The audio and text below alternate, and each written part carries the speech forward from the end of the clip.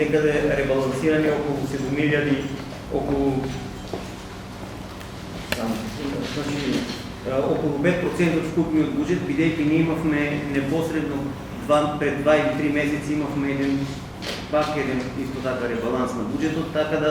овие средства се сега на некој начин не се баш 5% од буџетот, не, тоа е за овие 2 месеци ребалансот, тоа е констатација. Сега прашање во врска со градскиот пазар, рековте дека имате 7.500.000 денари, дека тоа е половината од ребалансот, паѓа на градскиот пазар, од кои причини тие средства нема да стигнат и нема да бидат реализирани до крајот на годината, дали имате информации? Тоа се информации е кој што од агенцијата не имавме договор. Општината има подпишано договор со агенцијата за финансиска поддршка, средствата требаше да дојдат, меѓутоа по информација од градоначалникот вели со нивна консултација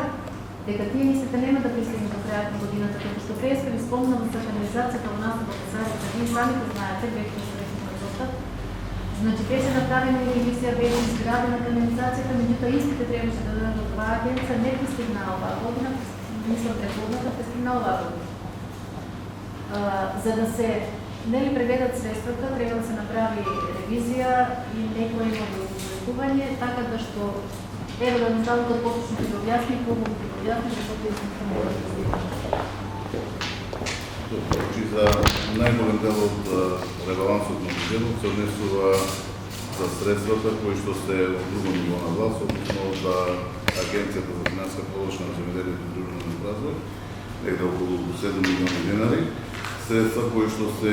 исплаќаат после завршетокот на работата, односно после завршувањето на првата фаза од изградата на градскиот зелен пазар. Фирмата изгледувач од договорот кој што го имаме склучено има рок на изгледба до 31 декември.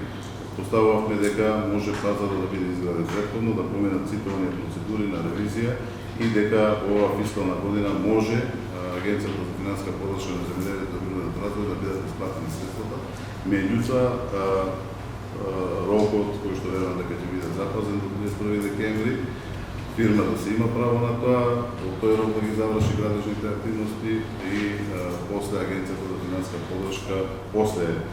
ревизијата на целата градба, да бидат исплатени средствата и за тоа овие средства од во висина од 7 милиони денари ќе бидат преместени во 2022 година. Значи не станува збор за некој дали ќе се исплатат или не, сега средствата ќе бидат исплатени, меѓутоа ние од буџетот ги тргаме за 2021 со ребалансот и ќе бидат ставени во буџетот за 2022 година.